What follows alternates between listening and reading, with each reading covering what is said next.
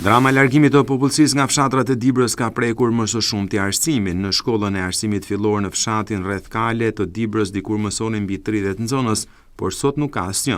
I vetmi fëmijë që frekuenton këtë shkollë është në Kopësht. Ish mësuesi Lazim Dishi tregon se në këtë shkollë dikur bëhej mësim i rregullt pasi kishte shumë nxënës. Megjithse për këtë objekt u harxhuan miliona lekë për rekonstruksion, Dishi shpjegon se vetëm një fëmijë Kopshti e frekuenton, pasi nuk ka asnjë fëmijë tjetër në fshat në ciklin e ulët, por vetëm në arsimin e mesëm të ulët, të cilin e bëjnë në shkolla të tjera përreth fshatit.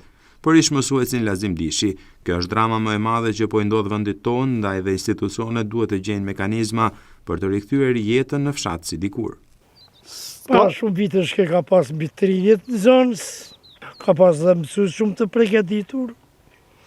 Mirë po, sot ka me të pas një nxënës kjo shkollë, po edhe Kopshti funksionon, nuk ka fëmijë, vetëm një prind bie një fëmijë të veti këtu.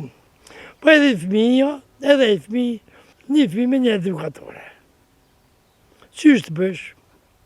Kështu u bë këto punë, i kërkon nuk funksionon, kërniqon, se fëmijët duhet të bëhet punë nga njësi administrative, nga krye plaku, nga përfaqësues lagjive, nuk punohet, sa duhet.